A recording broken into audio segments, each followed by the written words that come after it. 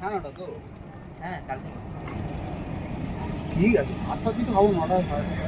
হ্যাঁ 10টা বেজে যাবে, কোনো অসুবিধা নেই। আজকে কি ওখানে কোনো অনুষ্ঠান আছে নাকি? ঠিক আছে। হ্যাঁ আজকের আছে যাত্রা, তারপর কালকের আছে গাজন। আজকে শেষ।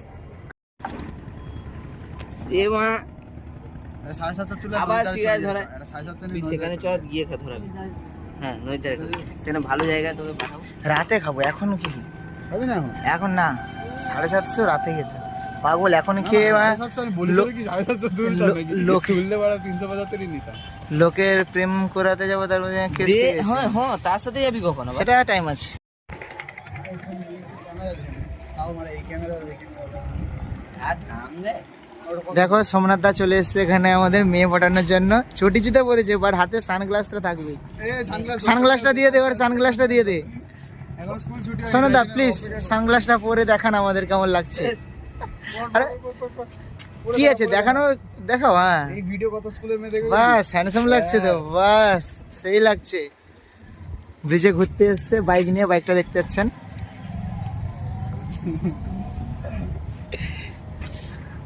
আর কয়েকজন বন্ধু বান্ধব আসবে, এখন আসেনি। চল চল, কোথায় কোথায় যাবি? সার দোকান? হ্যাঁ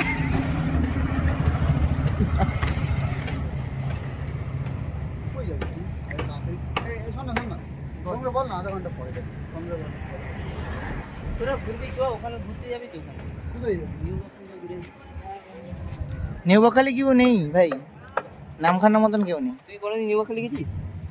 বেকার, পুরা বেকার জায়গা, পুরো ধুলোয় ধুলোয় যেতে হয়, একদম সাথে বেকার। একটা বিয়ার থাকলে সব জায়গায় ভালো হয়ে যাবে।